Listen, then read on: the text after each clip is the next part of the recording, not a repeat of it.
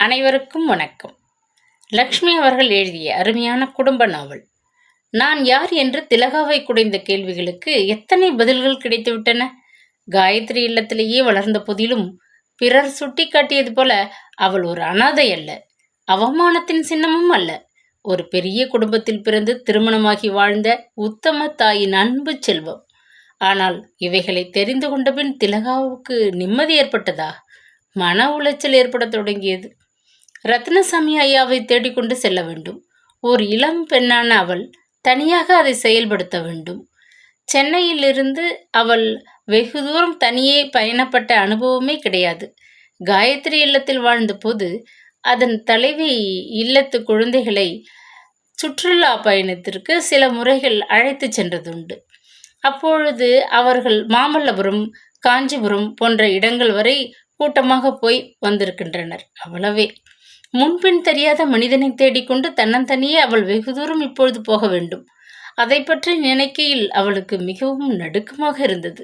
இளம் பெண்களுக்கு தனி வழி பயணங்களில் எத்தனை விதமான ஆபத்துக்கள் குறுக்கிடலாம் என்பதை அவ்வப்பொழுது நாளேடுகளில் வரும் செய்திகளை படித்ததால் ஏற்பட்ட கலவரம் வேறு மனதை குழப்பிக் கொண்டிருந்தது. அவள் செய்து வந்த வேலைக்கு ஆண்டுதோறும் சில விடுப்பு நாட்கள் உண்டு. அவைகளை வீணாக்காது சேமித்து வைத்திருந்தாள். அதனால் அவளுக்கு 1 மாத சம்பளத்துடன் லீவ் இருந்தது. முன்கூட்டி அறிவிப்பு விடுத்து விடுதி தலைவியிடமிருந்து உத்தரவு வாங்கிக் கொள்ள இயலும். ஆனால் தனியே செயல்படுவது எப்படி? அவள் குழப்பத்தில் நாட்களை நகர்த்தி கொண்டிருந்தாள். அன்று மாலை சமையல் வேலை செய்து கொண்டிருந்த செண்பகம் தன் உதவியாளரிடம் பேசியதை கேட்டதும் அவள் மனதிலே புது தெம்பு பிறந்துவிட்டது. எதிர்பாராத விதமான ஒரு வாய்ப்பு. அதை நழுவ விடக்கூடாது. விடுதி சமையல்காரம்மா செண்பகம் 1 மாத கால லீவில் தஞ்சாவூருக்கு அடுத்த சோலையான்குடியில் உள்ள தன் மகளை காண செல்ல விரும்புகிறாள் என்பது செய்தி. வழி பிறந்துவிட்டது என்ற மகிழ்ச்சியில் திலகா பரபரத்தாள். செண்பகத்திடம் பேச்சு கொடுத்தாள். பின்னர் மெல்ல தானும் தஞ்சை வரை செல்ல இருப்பதை பற்றி ஆரம்பித்தாள். அவ்வளவுதான். செண்பகத்திற்கு மட்டற்ற மகிழ்ச்சி. தனியாக வயதான காலத்தில் மூட்டை முடிச்சுகளுடன் ரயிலில் பயணப்பட வேண்டுமே என்று உள்ளூர கவலைப்பட்டு கொண்டிருந்தவளுக்கு துடிதுடிப்பான ஓர் இலசு துணைக்கு வருகிறது என்றால் கசக்கவா செய்யும்? இருவரும் சேர்ந்து திட்டமிட்டனர். தங்கள் எண்ணத்தை தலைவியிடம் வெளியிட்டு அனுமதி வாங்கி கொண்டு விட்டனர். அதற்கு பின்னர் தொடர்ந்து 2 தினமும் திலகாவுக்கு மூச்சுவிட நேரமில்லை. பயணத்திற்கு வேண்டியதை வாங்கவும், பெட்டியில் அடுக்கவும், வழி செலவுக்கு வேண்டிய பணத்தை எடுக்க வங்கிக்கு ஓடவும் பொழுது பூராவும் சரியாக இருந்தது. கீழ்வானத்தின் சிவப்பு மறைந்த பொழுது பளிச்சென்று புலரும் தருவாயில் அவர்கள் இருவரும் ரயில் வண்டியிலிருந்து நிலையத்தில் இறங்கினார்கள். தூக்கிச் செல்ல யாரும் இல்லாத ஒரு சிறு பெட்டியில் அவளது ஜாமான்கள் அடங்கிவிட்டிருந்தன. தோள்பையில் சுகுணா அம்மாள் கொடுத்த கடிதங்களும் புகைப்படமும் செலவுக்கு தேவையான பணமும் இருந்தன. கூட வந்த செண்பகமோ மகளுக்கும் அவள் குடும்பத்துக்கும் வாங்கி வந்த ஜாமான்களை ஒரு பெரும் மூட்டையாக கட்டி கொண்டு விட்டிருந்தாள். கூட தலைமீது ஒரு தகரப்பெட்டி. நிலையத்தை விட்டு வெளிவருவதற்குள் மூச்சு திணறியது அவளுக்கு. திலக மனம் இலகி போனாள். பாவம் செண்பகம், வயதானவள் என்று அனுதாபப்பட்டு அவளிடமிருந்த மூட்டையை தான் வாங்கி சுமந்தாள். ஒரு வழியாக அவர்கள் பஸ் நிலையத்தை அடைந்தனர். நல்ல வேளை, புறப்பட இருந்த பஸ்ஸில் அவர்களுக்கு இடமும் கிடைத்துவிட்டது. மூட்டையை மேலே போட்டுவிட்டு உட்கார்ந்தனர். பஸ் நகரத் தொடங்கியது. சிறிது பொழுதில் செண்பகம் தூங்கத் தொடங்கிவிட்டாள். அவளுக்கு அத்தனை அலுப்பு. ஆனால் ஜன்னல் ஓரத்தில் இடம் பிடித்து கொண்டிருந்த திலகா திகில் கலந்த மகிழ்ச்சியில் தன் புதிய சூழ்நிலையை சுற்றி கண்களை ஓட்டிக் கொண்டிருந்தாள். பஸ் வளைந்து நெளிந்து ஒரு குறுகிய சாலையில் புழுதியை கிளைப்பபடி மெல்ல ஓடியது. சாலை ஓரமாக அதனுடன் ஈடுபடுத்தபடி அதே வளைவு நெளிவுடன் ஓடிய வாய்க்காலையும், அதன் பின் விரிந்து படர்ந்து கிடந்த பசுமையான வயல்களையும், அதற்கு அப்பால் தெரிந்த தென்னந்தோப்புகளையும், நீல வானத்தை நோக்கி நிமிர்ந்து நின்ற கோவில் கோபுரங்களையும் வேடிக்கை பார்த்தபடி அவள் வியப்புடன் விழித்து கொண்டு அமர்ந்திருந்தாள். பஸ் மெல்ல நகர்ந்தது. ஆங்காங்கே நின்று பயணிகளை தள்ளிவிட்டு சிலரை உள்ளே ஏற்றி கொண்டு நத்தையாக ஊர்ந்தது. அவர்கள் சுமார் 2 மணி நேரம் பயணம் செய்ய வேண்டும் என்றும், செண்பகம் முதலில் தன் கிராமத்து நிறுத்தத்தில் இறங்கி விடுவாள் என்றும், அதற்கு பின் 4 கிராமங்கள் தாண்டி தான் அய்யலூர் போகும் பாதை வழியே கொஞ்ச தூரம் நடக்க வேண்டியிருக்கும் என்றும், அங்கெல்லாம் வண்டி வசதிகள் அநேகமாக இருக்காது என்றும், அவசரப்பட்டால் வரப்புகள் வழியே குறுக்கே சென்றால் விரைவில் கிராமத்தை அடைந்து விடலாம் என்றும் செண்பகம் ரயில் பயணத்தின் போது தனக்கு தெரிந்த மட்டில் விவரித்திருந்தாள். ரயில் பயணத்தின் போது அவள் கூட துணையாக இருந்த சமயம் அவளுக்கு அந்த தனி பயணம் அத்தனை பயமாக இருக்கவில்லை. ஆனால் இப்போது திடீரென்று கவலை வந்துவிட்டது. இன்னும் கொஞ்ச நேரத்தில் தாய் போல துணை இருந்த செண்பகம் இறங்கி போய்விடுவாள். தான் மட்டும் தனியே அய்யலூர் கிராமத்தில் இறங்க வேண்டும். முன்பின் தெரியாத ஊரில் பாட்டன் ரத்தனசாமியை தேடிக்கொண்டு அவள் செல்ல வேண்டும். எப்படியோ பாட்டன் வீட்டை தேடிக்கொண்டு போய் விடுகிறாள் என்றால் அடுத்தபடியாக பாட்டன் வீட்டில் அவளுக்கு வரவேற்பு இருக்குமா? சாமி வழிவிட்டாலும் பூசாரியின் அனுமதி தேவையாச்சே. பிரபல மனிதரான ரத்தனசாமியின் வீட்டு ஆள்படைகளே அவளை உள்ளே போக விடாது தடுத்துவிட்டால் ஐயோ, அவள் என்ன செய்வாள்? சோலையான்குடி வந்தாச்சு, இறங்குறவங்க சீக்கிரம் ஆகட்டும் கத்திவிட்டு நடத்துனர் குழலை பலமாக ஊதினார். பஸ் ஒரு குழுக்களுடன் நின்றது. செண்பகம் திடுதிடுப்பென்று விழித்தாள். தன் பெட்டியை இழுத்து எடுத்துக்கொண்டு அவசரமாக விடைபெற்று கொண்டு இறங்கிவிட்டாள். மூட்டையை வாங்கி கொண்டு கையை ஆட்டி அவள் ஜன்னல் அருகே வந்து பேசும் முன் பஸ் மீண்டும் புழுதியை கிளப்பி கொண்டு புறப்பட்டு விட்டது. ஜன்னல் வழியே சில்லென்று வீசிய காற்றில் நெற்றி மீது புரண்ட முடியை சீராக்கி கொண்டு காய்ந்து போன உதடுகளை நாவினால் ஈரப்படுத்திய வண்ணம் அவள் திரும்பி பஸ் உள்ளே பார்த்தாள். தூக்கி வாரி போட்டது.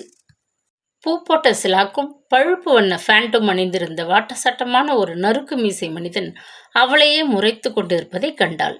பயத்தில் நெஞ்சு படபடக்க அடிவயிறு சில்லென்று மரத்து போக அவள் எச்சிலை விழுங்கி கொண்டாள். அப்படி வைத்த கண் மாறாது அவன் ஏன் பார்க்கிறான்? யார் இவன்? தூக்கமில்லாது ரயில் பயணம் செய்ததின் பாதிப்போ? அவன் சாதாரணமாக பார்த்ததே விரோத பார்வை என்று மகிழ்ச்சி அடைகிறோமோ? மறுபடியும் ஜன்னல் பக்கம் திரும்பிக் கொண்டாள். சிறிது பொழுது சென்றதும் மீண்டும் மெல்ல அந்த கடைசி இருக்கையின் பக்கம் பார்வையை ஓட்டினாள். நெஞ்சு வாயுக்குள் வந்துவிடும் போன்ற திகிலில் துவண்டு போனாள். அந்த நறுக்கு மிசைக்காரன் அவளையே வெறித்து கொண்டிருந்தான். அய்யலூர் வந்தாச்சு, இறங்கலாம் குரல் கொடுத்து குழலை ஊதினார் நடத்துனர்.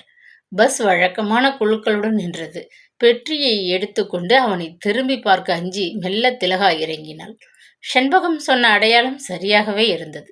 ஊரின் எல்லையில் களத்து மேட்டுக்கு கொஞ்ச தூரம் ஐயனார் கோவில் முன்னால் அந்த பெரும் மண் குதிரைகள் நின்றன. அருகே வாள் ஏந்திய வீரன் ஒருவன் மண் உருவில் கண்களை உருட்டி விழித்து கொண்டு நின்றான். மஞ்சள் அரளி மலர் குவியலாக அவன் பாதங்கள் மீது கிடந்தன. மதில் சுவரில் கரிபடிந்த ஒரு பெரிய பிறை, அதற்குள் எரிந்து அவிழ்ந்து போன ஒரு மண் அகல் விளக்கு இருந்தது. வெள்ளையும் சிவப்புமாக பட்டை போடப்பட்டிருந்த மதில் சுவரின் வலப்பக்கமாக நடந்து ஊருக்கு போகும் வண்டி அகல பாதைக்குள் சென்றாள். ஓரத்திலே சிறு வாய்க்காலில் தண்ணீர் சலசல என்று ஓடிக்கொண்டிருந்தது. சுள்ளென்று எரிந்த வெயிலில் தங்க பசுமையாய் தெரிந்த வயற்காட்டிலே கண்களுக்கு எட்டிய தூரம் யாரையும் காணவில்லை. யாராவது எதிர்படுவார்கள் என்ற நம்பிக்கையில் நடந்தாள். பின்னாடில் காலடி சத்தம் கேட்டு திரும்பியவள் அதிர்ந்து போனாள். அந்த நறுக்கு மீசைக்காரன் அவளை பின்தொடர்ந்து வந்து கொண்டிருந்தான். திலகா வேகமாக நடக்க முயன்றாள். கால் புதையும் அளவு பாதையில் மண் சற்று கவனமாக அடியெடுத்து வைக்காவிடில் இடறி விழுந்து விடும் போல் ஆங்காங்கே சிறு கல் நீட்டி கொண்டிருந்தது. சரியான ஒரு காட்டுப்பாதை அது. பின்னால் பலமாக காலடி ஓசை ஒலிக்க அந்த நறுக்கு மீசைக்காரன் அவள் மனதிலே தீவிரமான அச்சத்தை எழுப்பிவிட்டு தொடர்ந்து கொண்டிருந்தான். நல்ல வேளை, கையில் பிடித்திருந்த பெட்டி அதிகமாக கனக்கவில்லை. நறுக்கு மிசை மிக அருகில் வரும் முன்னே அவள் மூச்சு பிடித்து கொண்டு இன்னும் அதிவேகத்தில் நடந்தாள். சிறிது தூரத்தில் எதிர்பக்கத்து வாய்க்கால் கரையின் இறங்குபடி அருகே ஒரு பெண் குடத்தை விலக்கி கொண்டிருப்பதை கண்டாள். கூவி அழைத்து விவரம் கேட்பது போல் நின்றாள். நறுக்கு மிசைக்காரன் அவளை தாண்டி போய் விடுவான். அவன் தலை மறையும் வரை அங்கு நின்றுவிட்டு பிறகு செல்ல நடந்தாள். ஒரு சமயம் அவன் தலை மறைவாக போய் நின்று கொண்டு மறுபடியும் அவளை வழிமறித்தாள். பலவும் எண்ணி முடிப்பதற்குள் காலடி ஓசை வெகு அருகில் ஒலிக்கவே அவள் உடல் முழுவதும் பயத்தில் பதறியது. கிராமமாக இருந்தால் என்ன, பட்டணமாக இருந்தால் என்ன, ஒரு பெண் தனி வழி நடப்பது தவறுதான். அந்த மீசைக்காரன் அவளிடம் அனாவசியமாக நெருங்கி பேச முற்பட்டு வம்புக்கு இழுத்தாள். யாரை உதவிக்கு கூப்பிடுவாள்? மீண்டும் பாதை மீது கண்களை ஓட்டினாள். மூச்சை இழுத்து பிடித்துக்கொண்டு கால்களை எட்டி போட்டு அவசரமாக நடக்க முயன்றாள். ஆனால் அவனுடைய நடையுடன் போட்டி போட இயலவில்லை. நொடிப்பொழுதில் அவன் திலகாவின் அருகே வந்து விட்டான். பக்கவாட்டில் அவளுக்கு சரியாக நடந்து கொண்டு அவளை ஏற இறங்க பார்த்தான். இப்பத்தான் முதல் தடவையா அய்யலூருக்கு வருகிறாயா? எங்கிருந்து வருகிறாய்? திடீரென அவன் கேட்டதும் அதிர்ந்து போனாள். மார்பு வேகமாக துடித்தது. திகில் கலந்த குழப்பத்திலே அவனை நிமிர்ந்து பார்க்கவும் அஞ்சி காது கேளாதது போல மேலே நடந்தாள். உன்னைத்தான் கேட்கிறேன், அய்யலூரில் யார் வீட்டுக்கு போற? சற்று அதட்டலாக அவன் விசாரித்தான். சென்னையில் அவள் பார்த்து வந்த விடுதி அருகே தெருவில் நடக்கும்போது யாராவது அவளை அப்படி கேட்டிருந்தால், எங்கே போனால் உனக்கென்ன, உன் வேலையை பார் என்று விடுக்கென்று பதில் அளித்திருப்பாள். ஆனால் இப்பொழுது அவளுக்கு தொண்டையே இறுக்கியது. கலவரத்துடன் தன் பின்புறம் மெல்ல திரும்பி பார்த்தாள். என்ன ஆச்சரியம்! சற்று தொலைவில் பஸ் வந்த பாதையிலிருந்து ஒரு கருப்பு அம்பாசிடர் புழுதியை கிளப்பி கொண்டு ஊர் பாதைக்குள் நுழைந்து அவர்கள் அருகே ஆடி அசைந்தபடி வருவதை கண்டாள். சொல்லி வைத்தாற்போல் அந்த வண்டி அவள் அருகே சர் என்ற ஓசையுடன் நின்றது. தகர டப்பா போல மிக பழையதாக தெரிந்த அந்த வண்டியை ஓட்டி வந்தவனை கண்டு மீண்டும் அவளுக்கு ஒரு புது அதிர்ச்சி. சென்னையில் அந்த சிறப்பு அங்காடியில் கண்ட அதே வெள்ளை சஃபாரி சட்டைக்காரன் வண்டியை ஓட்டிக்கொண்டு அவள் அருகே நின்றபடி அவளை பார்த்து முறுவலித்தான்.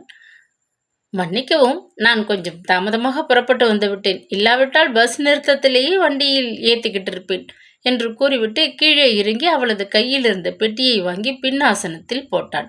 உட்காருங்க, உபசரித்தபடி முன்பக்கத்து கதவை திறந்து விட்டான். மார்த்தாண்டம் சார், நீங்களும் ஏறிக்குங்க. நாம எல்லோரும் ஒரே ஊருக்குத்தானே போறோம். மெல்லியதாக சிரித்த அவனை நறுக்கு மீசை சற்று கடுப்புடன் முறைத்தான். தினமும் கொஞ்சம் நடந்தா உடம்புக்கு நல்லதுன்னு நடக்கிறேன், நீங்க போங்க. திலகா வண்டியின் முன் ஆசனத்தில் உட்கார்ந்து கொண்டாள். அவளுக்கு ஒரே குழப்பம். இருவரில் யாரை நம்புவது? வெறித்த பார்வையுடன் அதட்டலாக விசாரித்த மார்த்தாண்டனையா, ரொம்ப பழகியவன் போல நடித்து கதவை திறந்து காரில் ஏற உபசரிக்கும் இவனை நம்புவதா? அவள் நெஞ்சு பக் என்று அடித்து கொண்டது. காரை கிளப்பி கொண்டு அவள் பக்கம் திரும்பிய அவன் மெல்ல சிரித்தான். நீங்கள் ரொம்பவும் பயந்து போயிருக்கீங்கன்னு உங்கள் முகம் சொல்லுது. அடுத்த கிராமத்தில் ஒரு நோயாளியை பார்த்துட்டு வந்து கொண்டு இருந்தேன். நல்லதா போச்சு. இல்லாவிட்டால் நீங்கள் ரத்னசாமி ஐயாவை பார்க்க வந்திருப்பதை தெரிந்து கொண்டு மார்த்தாண்டம் உங்களை ஊருக்குள் விடாது தடுக்க முயன்று இருப்பார். திடுக்கிட்டு போனாள் அவள். அவனுக்கு அவள் அங்கே தன் பாட்டனை காண வந்திருக்கிறாள் என்பது எப்படி தெரியும்? இந்த விவரம் எப்படி தெரியும்னு உங்களுக்கு வியப்பாக இருக்கு இல்லையா? உங்களை பட்டணத்து கடையில் பார்த்த அன்னைக்கு தெரிந்து கொண்டு விட்டேன். ஒரு நாள் இல்லாட்டி ஒரு நாள் நீங்கள் இந்த ஊருக்கு வருவீங்கன்னு என் மனம் சொல்லுச்சு. ரத்னசாமி ஐயா உங்கள் பாட்டன்னு புரிந்து கொண்டேன். ஐயா வீட்டு சங்கதி ஒரு சிலருக்கு தெரியும். அந்த வகையில் எங்கள் குடும்பத்துக்கு சில தகவல்கள் தெரியும். ஆனால் உங்களை பார்த்ததும் புரிந்து கொண்டேன்.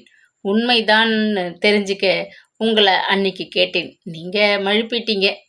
பரவாயில்லை, இது என் வரை ஒரு எதிர்பார்த்த சந்திப்பு தான் என்று சிரித்தான். ஜோதிடம் பார்த்து சொல்வது போல அல்லவா அவளது கடந்த கால நிகழ்கால நிகழ்ச்சிகளை சொல்கிறான். வியப்பும் கலவரமாக மௌனமாக அவன் முகத்தை பார்த்தாள். உங்களை யாருன்னு தெரிஞ்சு போச்சு, ஆனா உங்க பேர் என்னன்னு தெரியாது. சொல்லிக்கொண்டே காரை கிளப்பினான். ஏகப்பட்ட சப்தத்தை எழுப்பி கொண்டு அந்த மண் பாதையில் அது திணறிக்கொண்டு நகர்ந்தது. திலகா என்றாள் தடுமாற்றத்துடன். இன்னமும் அவள் கலவரத்தின் பிடியிலிருந்து பூராவும் விடுபடவில்லை. நான் இந்த கிராமத்திலே வைத்தியராக பணிபுரிகிறவன். நாங்கள் இந்த கிராமத்தைச் சேர்ந்தவர்கள்தான். தஞ்சாவூரில் படித்து முடித்துவிட்டு 3 ஆண்டாக இங்கேயே தொழில் நடத்தி வருகிறேன். நான் என் பாட்டன் ஆதரவில் வளர்ந்தவன். சிறு வயதிலேயே தாயை இழந்து விட்டவன். எங்கள் தாத்தாவின் சொத்து பக்கபலத்தில்தான் இந்த சின்ன கிராமத்தில் துணிவுடன் தொழில் தொடங்கினேன். இப்போது ஓரளவுக்கு எனக்கு நல்லாவே இருக்கு. உங்களை தெரிஞ்சுக்க இப்படி ஒரு வாய்ப்பு கிடைச்சதுக்கு மகிழ்ச்சி. உங்கள் பேரை இன்னும் சொல்லலையே? அவள் சிறிது துணிவு பெற்றவளாக கேட்டாள். மேகநாதன் பேர். தாத்தா மேகான்னு சுருக்கி கூப்பிடுவார். இந்த ஊரில் நீங்கள் தங்க வசதி எதுவும் கிடையாது. உங்கள் பாட்டன் வீட்டுக்கும் உடனே போய்விட முடியாது. ஐயோ, நான் என்ன பண்ணுவேன்? அவளையும் மீறி கூவிவிட்டாள். பதறாதீங்க, எனக்கு ரத்தனசாமி ஐயாவை தெரியும். அவரை எப்பொழுது நீங்கள் பார்க்க முடியும்னு ஏற்பாடு பண்ற வரை நீங்கள் சில நாள் இங்கே தங்கியிருக்க வேண்டி வரும். எனக்கு ஒரு யோசனை தோணுது. காரை ஓட்டி கொண்டு அவள் பக்கம் திரும்பினான். சொல்லுங்கள், தெய்வம் போல திடீர்னு வழியில எனக்கு தெம்பு கொடுத்துருக்கீங்க. அந்த ஆசாமியை பார்த்து பயந்து போயிட்டேன். நீங்கள் வந்திருக்கிற காரியம் கொஞ்சம் சிக்கலானது. அதனால நீங்கள் உங்கள் பாட்டனை சட்டுன்னு பார்த்துட முடியாது. பல தடங்கல்கள் ஏற்படலாம். அதுவரை என் ஒன்றுவிட்ட சகோதரி விதவையாகி விட்டாங்க. தன் சொந்த வீட்டில் ஆள் படையோடு வசிக்கிறாங்க. அவர்களிடம் தங்க ஏற்பாடு பண்றேன். என் வீட்டிற்கு அழைத்து போக முடியாததற்கு வருந்துகிறேன். புரிகிறது. தங்கள் மனைவிக்கு பிடிக்காதிருக்கலாம். அது நியாயம்தானே. அவன் குபீர் என்று சிரித்தான். எனக்கு இன்னமும் கல்யாணமாகவில்லை. என் பாட்டி இருந்து ஒரு ஆண்டு முடியவில்லை. அதனால என் அப்பா அந்த பேச்சை தற்காலிகமாக ஒத்தி போட்டு விட்டார். இப்ப எங்க வீட்டில் மனைவியை இழந்த பாட்டன், சிறு வயதிலேயே மனைவியை இழந்து ஒண்டியாகி உழைத்து ஓய்வு பெற்ற என் அப்பா, கல்யாணமாகாத காலை என்ற நான். ஆக 3 ஆண்கள் வசிக்கிறோம். அங்கு நீங்கள் எப்படி எங்களோடு இருக்க முடியும்? இது கிராமம். இங்கே சட்டுன்னு ஏதாவது பேசிவிடுவாங்க. உங்களது வருங்காலம் என்னால் பாதிக்கக்கூடாது பாருங்கள். திலகா திலகா முகம் சிவந்து போனாள். நெஞ்சிலே ஒரு இனிப்பான உணர்வு ஏற்பட அவள் மேகநாதனை கடைக்கண்ணால் ஒரு முறை பார்த்தாள். இந்த எதிர்பாராத சந்திப்பில் இப்படி ஒரு இனிப்பான எதிர்காலம் உள்ளடங்கி உள்ளதா? மெய்சிலிர்த்து போனாள். அவன் மேல் ஏற்பட்ட சந்தேகம் விலகி மனதில் மகிழ்ச்சி பொங்கியது. மேடும் பள்ளமுமான பாதையில் வண்டி கொஞ்சம் மெதுவாகவே நகர்ந்தது. இந்த பாதையில் கோடை காலத்தில் எப்படியாவது காரை ஓட்டி கொண்டு போய்விடலாம். மழை பெய்தால் கேட்கவே வேண்டாம். ஒரே சேறு. அப்போதெல்லாம் மாட்டு வண்டியில்தான் பயணம் செய்வேன் என்றான். மாட்டு வண்டியா? திடுக்கிட்டு வினவினாள் திலகா. பின்ன ஹெலிகாப்டரில் பறந்து போயா வைத்தியம் செய்ய முடியும்? இது என்ன அமெரிக்காவா? இல்லை, நான் தான் பிரபல வைத்திய நிபுணரா? அய்யலூர் சாதாரண கிராமம். நானும் வெறும் எம்பிபிஎஸ் பட்டத்துடன் படிப்பை நிறுத்தி கொண்டவன். என் தகுதிக்கு இந்த காரே அதிகம். 3 வருடத்துக்கு முன் எங்கள் கிராமத்தை விட்டு பட்டணத்துக்கு போன பலசரக்கு கடைக்காரர் மகனிடம் இந்த காரை வாங்கினேன். ரொம்ப பழைய அம்பாசிடர். வாங்கின புதிதில் கடபடாவென்று ரொம்ப சத்தம் போட்டது. ஏதோ கொஞ்சம் செலவழித்து சீராக்கி வச்சிருக்கிறேன். அவசர கேஸுகளுக்கு போக கார். மற்றபடி கிராமத்திற்குள் போய் வர மாட்டு வண்டியை உபயோகிக்கிறேன். கிட்டக்க இருக்கும் இடத்திற்கு போய் வர சைக்கிள் இல்லாவிட்டால் நடராஜர் சர்வீஸ் சொல்லிவிட்டு அவன் சிரித்தபோது அவளும் சேர்ந்து கூட சிரித்து விட்டாள். பரவாயில்லை, வேடிக்கையாக பேசுகிறான். தன் வைத்திய திறமையால் நோயாளிகளை குணப்படுத்தும் முன் இப்படி சிரிச்சு பேசியே பாதி நோயை துரத்திவிடும் சாமர்த்தியக்காரன். தனக்குள் எண்ணிபடி ஜன்னல் பக்கம் திரும்பியவளுக்கு தூக்கி வாரி போட்டது. நறுக்கு மீசைக்காரர் அவர்களை கோபத்தோடு பார்ப்பது தெரிந்தது. காரை விட வேகமாக மார்த்தாண்டம் நடக்கிறாப்புல இருக்கே, இதோ வந்துட்டாரே என்றால் வியப்பை அடக்க மாட்டாமல். இல்ல, அவர் வயல் வரப்புல புகுந்து குறுக்காக நமக்கு முந்திக் கொண்டு வந்திருக்கிறார், அவ்வளவுதான். ஊரை அடைய இன்னும் குறைந்தது 3 கிலோமீட்டர் தொலைவு போகணும் என்றான். அப்படி எனக்கு செண்பகம் அம்மா சொல்லவில்லையே. கூப்பிடும் தூரத்திலே இருக்குன்னாங்களே. பதிலுக்கு அவன் சிரித்தான். நீங்கள் பிறந்ததிலிருந்து பட்டணத்திலேயே வளர்ந்தவங்க. அதனால் கிராமத்து மக்களின் பழக்க வழக்கங்களை, பேச்சு இவைகளை அதிகம் தெரிந்து கொண்டிருக்க முடியாது. 2 கிலோமீட்டர் தொலைவானாலும் 10 கிலோமீட்டர் தொலைவானாலும் கூப்பிடும் தூரம் என்ற வழக்கு முறை வார்த்தையைத்தான் பலர் உபயோகிப்பாங்க. சிலர் கல்லெறியும் தூரம்தான் என்பார்கள். நடக்க நடக்க நமக்கே பிரமிப்பாக இருக்கும். ஆனால் கிராமத்து மக்கள் பட்டணத்து வாசிகளைப் போல நடக்க அஞ்சறதில்லை. உடனே வண்டி வாகன வசதிகளை தேடி அலைய மாட்டாங்க. உழைத்து உறுதியான உடம்பிலே அவர்களுக்கு நிறைய தெம்பு உண்டு. மனதிலே துணிவும் உண்டு. நீங்கள் இந்த ஊரிலேயே தங்கி இருக்க விரும்பிய காரணம்? பலர் கொஞ்சம் படித்ததும் பட்டணக்கரையில் தொழில் செய்ய புறப்பட்டு விடுவாங்க. சிலர் வெளிநாடுகளுக்கே போய் விடுறாங்களே. நீங்கள் அப்படி போக ஆசைப்பட்டதில்லையா? அப்பாவையும் தாத்தாவையும் தனியே விட்டுட்டு நான் போக விரும்பவில்லை.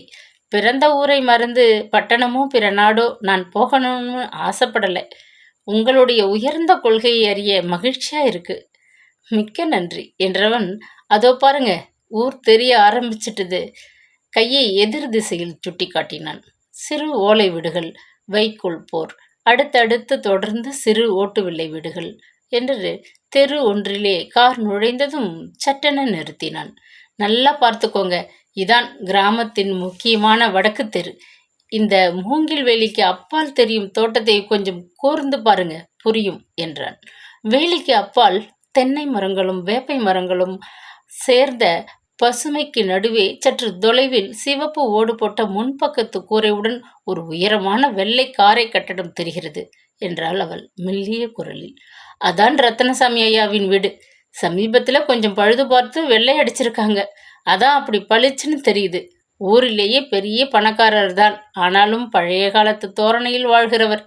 அவங்க வீட்டில் கார் கூட கிடையாது. மாட்டு வண்டி தான் இருக்குன்னா பார்த்துக்கோங்க. அவள் பாட்டன் ரத்னசாமியின் வீடா இது? விழுங்கி விடுகிறவள் போல வியப்புடன் பார்த்தாள். இன்பமும் துயரமும் கலந்த உணர்வில் நெஞ்சு திக் திக்கென்று அடித்து கொண்டது. மற்ற வீடுகளில் இருந்து சற்று உள்ளே தள்ளி ஒரு தோட்டத்திற்குள்ளே ஒளிந்து கொண்டிருக்கும் அவள் பாட்டனை எப்படி அவள் சந்திக்கப் போகிறாள்? ரத்னசாமி ஐயாவுக்கு ரொம்ப வயதாகி இருக்குமே. உதவிக்கு வீட்டில் சூழ்நிலையை தெரிந்து கொள்ள கேட்டாள் திலகா. பணம் இருந்தால் பந்துக்கள் 10 பேர் தானே சுற்றி வளைத்துக் கொள்வாங்க. 4-5 உறவினர்கள் பல வருடங்களாக இங்கேயே நிரந்தரமாக சுத்திக்கிட்டு இருக்காங்க. ஆனாலும் மனிதர் ரொம்ப கெட்டிக்காரர். வயதாகிவிட்ட போதிலும் வருத்தத்திலே உடைஞ்சு போனாலும் நோய் வந்து நடமாட முடியாத நிலை வந்ததும் நாற்காலியில் சாய்ந்தபடியே அப்பப்பா அவர் ஒரு அதட்டல் போட்டால் அத்தனை பேரும் ஆடி போய்விடுவாங்க. உங்களுக்கு இத்தனை விவரம் எப்படி தெரியும்? வியப்புடன் அவள் கண்கள் விரிந்தன. ரத்தனசாமி ஐயாவின் ஊரிலேயே பிறந்து வளர்ந்தவன் என்கிற நெருக்கத்திலும் அவரது குடும்ப வைத்தியன் என்கிற நிலையிலும் ரொம்ப சங்கதிகளை தெரிஞ்சு வச்சிருக்கிறேன். கட்டுக்கொள்ள முடியாத மகிழ்ச்சியால் திலகாவின் மனம் பூரித்தது. இந்த தற்செயலான சந்திப்பை இப்படி ஒரு பிடிப்பாக இருக்கப் போகிறது.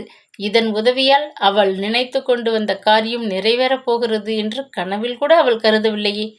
என்ன ரொம்ப ஆழ்ந்து யோசிக்கிறீங்க? வேடிக்கையாக வினவியபடி திரும்பியவன் குறுக்கே சென்ற வேறு ஒரு நீண்ட தெருவிற்குள் ஓட்டினான். இதோ பாருங்க, இதுதான் என் வீடு. அவன் சுட்டிக்காட்டிய வீட்டை திரும்பி பார்த்தாள். வாயிலில் இரு பக்கமும் வண்ணம் பூசிய தூண்கள் கொண்ட திண்ணைகள். அவற்றை தாண்டி அகலமான மரக்கதவுடன் தெரிந்த பழைய காலத்து காரை கட்டடம். வாயில் திண்ணை மீது தாடி மீசை நரைத்து போன பெரியவர் உட்கார்ந்திருப்பதை கண்டாள். அவர் என் தாத்தா. வண்டியை விட்டு வாயிலில் நிறுத்தாமல் பையன் எங்கே ஓட்டிக்கிட்டு போறான்னு பார்க்கிறார். அவருக்கு ஒரு கண் பார்வை ரொம்ப மங்கிக்கிட்டு வருது. அறுவை சிகிச்சைக்கு தஞ்சாவூர் ஆஸ்பத்திரிக்கு கூட்டி போக ஏற்பாடு செய்து கொண்டிருக்கிறேன். சொல்லிய வண்ணம் வண்டியை தெருக்கோடிக்கு ஓட்டினான்.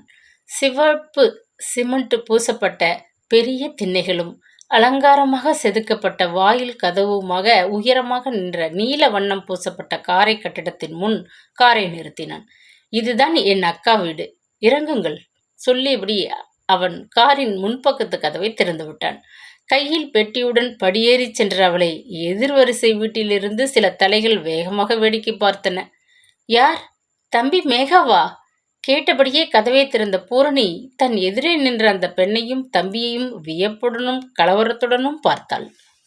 இக்கதையின் தொடர்ச்சி நாளை தொடரும். Please subscribe.